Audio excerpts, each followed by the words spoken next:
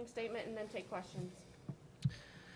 I thought it was a slow start for us, particularly in the first quarter. Not sure the reason of that, but I thought we started to pick it up in the second quarter going into halftime, which was great, made some adjustments. And then, here's the one thing about Wisconsin, they're never going to stop. They're never going to quit. No matter what the score is, you could be up. It doesn't matter. Jonathan over there and his group, they do a tremendous job of just fighting and trying to stay in games even when there's a deficit. So, we knew that we had to come out in the second half and play better. I thought we did. Things to point out. Turnovers stay at 10, which is really good. Sharing the ball 16, really good in that category. Disappointed in our free throw shooting tonight, and that's from everybody. 57, 58% at home is not acceptable, and so I'm going to have to make sure that we continue to spend some intentional time. We're way better shooters than that from the free throw line. So if there's one thing I thought, just to point out defensively, Sydney Hilliard is a great player in this league, and just to be a sophomore, she was a difficult guard last year. I thought she continues to be a difficult guard, but I did think that Allie Patberg in the second half in particular did a really great job on her. And, her 23 points is not indicative of, I thought, the work that she had to do, like I said, particularly in that second half, because I thought Allie Patberg just did a much better job. Unfortunately, my challenge to Lex was not to foul out. She fouls out sort of on a, down the stretch there with an intentional, by Imani Lewis, but wasn't able to stay in. So that was a little bit frustrating, Mac being in foul trouble. But I thought KB came in and gave us great minutes. I thought Grace Wagner came in and just sort of, just held the fort down. And that was great to see as well. So great team win. As I said to our kids, they're all hard. Winning is hard in this league. And although, like I said, we got off to a slow start, I think the second half was much better, and that was good to see. Questions? But you talked about where you guys started to pick it up. I thought maybe it started really at the end of that second quarter. I think they came back and tied it at 20, and then you finished the half with, I think, a 15-4 run there. Right, yeah. Got a couple runouts. I thought Key did a great job. She came in and, not just guarded well. She was guarding Hilliard as well, but, had a couple runouts there in transition. Anytime you go into halftime, you certainly want the momentum. And like I said, it was, it wasn't a fun first quarter, I would say, to watch. But I thought for sure in the second quarter we did pick it up. But a 10-point lead against Wisconsin is not enough to make you feel good. Going into halftime, you just know that, especially with Hilliard being over there on the sideline, number 5, Pasa Loba. Hopefully, I'm saying her name somewhat right. That's some scoring power. And then Imani Lewis. She's a terrific low post player as well. So they certainly have scoring power. And so that no lead is safe going into halftime against a team like Wisconsin, because they're relentless. They're just not going to stop working. Coach, you kind of mentioned how the free throw numbers weren't where you would want them to be, especially at home.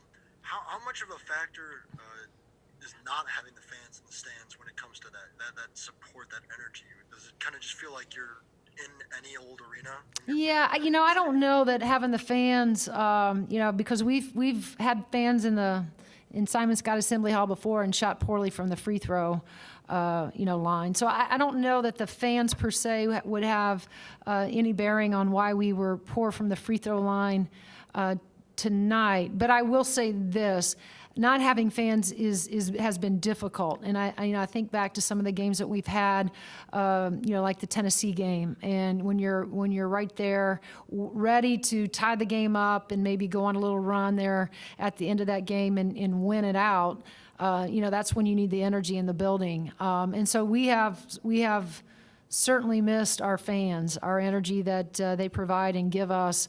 But I don't know that it had any bearing on our free throw shooting tonight. I do think it has a bearing on, when we need that extra lift, that extra energy, that extra stop that they know we need, or we have to go down, in a possession offensively, and make something good happen. That's where they have the pulse, but they also give us the energy. So we've missed our fans. There's no doubt about that. I know everybody else, I'm sure in the country has as well.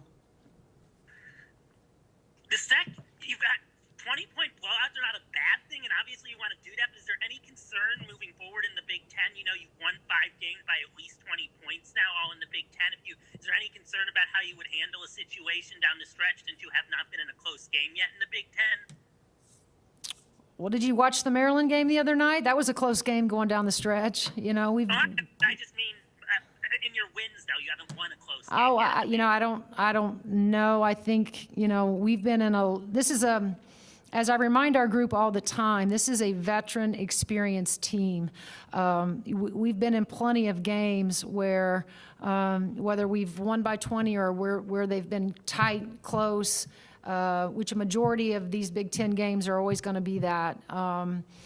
And we have that experience. So, I'm not the least bit concerned now, to have some breathing room, going into the fourth and certainly at the last, media timeout and feel like you have it under control and things are clicking for you. I mean, that is, that's a great feeling to have over there on the sideline. But we're going to be in a lot of dogfights, and we're going to be able to have to, handle ourselves. But that's not foreign territory to us. We've been in a lot of those since I've been in Indiana, and you have to have great leadership on the floor. We have that with Allie and Grace, and you have to have a balanced scoring attack. And I think on most nights, when we're shooting the ball well from the outside, we have a balanced attack. And so, and then you always have to rely on your defense, and that's something we've hung our hat on since we've been here at Indiana. So, get ready. I mean, they're going to be, as we move forward, and Thursday night, against Purdue, next one, Michigan State. I mean, you go down the list. Do you have anything else for Coach? Jeremy. Audrey, go ahead, and then Jeremy. Okay.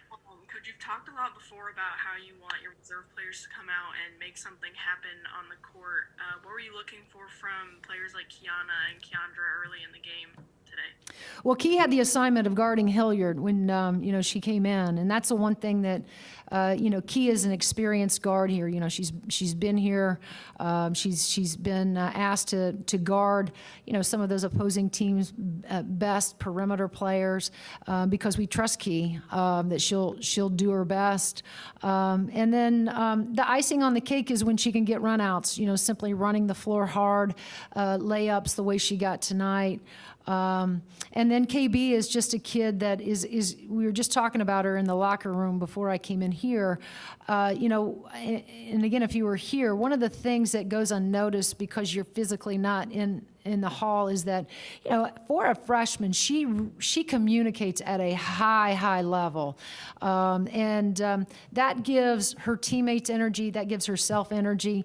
Certainly she's at times not where she needs to be, not in the right coverages defensively, but she can make it up just because of her hustle, her determination, but also just her willingness to communicate, at a high level. And, I love that. We value that. And, there's moments where, some of those players, and again, I love every one of them, but if they can't communicate at a high level, then their playing time's probably not going to be what they want it to be, because it's so critically important that all 5 of those guys, they're working as one. We all guard the ball. And if we have one piece that's not communicating, that's failing in where they need to be, and there's coverages, then everything breaks down. And trust me, I mean, those starters aren't perfect. They're not. But they do it well. and often. And so, you know, what we continue to need from our bench is when they do come in, the impact I'm particularly talking about is on the defensive end, where they'll talk, where they'll hustle, where they'll focus. Their focus will be on the defensive end in doing those things. And then, like I said, like Key tonight, anything else that she can get us in transition, that she can keep the ball moving in our zone offense. You know, you have to have a willingness and a selflessness to do what we're asking you to do in order to impact the game. And Key has embraced what we're asking her to do right now. And, you know, Chloe, the same thing. I thought Chloe came in and gave us great minutes. You know, her 3-ball finally went down for her, which was great to see. But Chloe's also a freshman, you know, and she has to learn that every possession matters. She has to learn to be more physical when she's on the ball. And she'll learn all those things. And so I have great confidence in kids like Chloe and those young kids, KB, one, because they want to be great. And so that's, you know, what we're asking from those guys off the bench is not any less or more than we're asking from our starters. But it always will start on the defensive end. How can you help us? How can you impact the game on that side of the ball? Jeremy, did you have one last question? Yeah, one more. You've been talking about, you know, believing those 3-point shots were going to fall. I guess on one hand, how nice was it to finally see that happen today? And then on the other hand, I guess layups maybe got the best of you guys today. Yeah, you know, it was great to see the 3-ball fall, you know, especially for Allie. You know, I think, and again, I'm not giving Nikki any excuses right now. You know, I think the mask, you know, she like Allie, you know, they hate that thing. It's not even close to being a love-hate, you know, love that is protecting me. It's a hate. They all hate that mask. And right now, you know, just because of the shot that she took at Maryland in the eye, you know, we're trying to protect her. But, you know, I think that's been a little bit of a bugaboo for Nikki right now, and just trying to find some comfort in not only, you know, layups there, but, you know, her shot beyond the arc. Lex, you know, again, trying to do the right thing, running out, and, you know, in that situation, again, it doesn't matter what it looks like. You know, what we need is the 2 points. And so, you know, we talk to our kids about, you know, just gathering yourself, going up, making it look easy.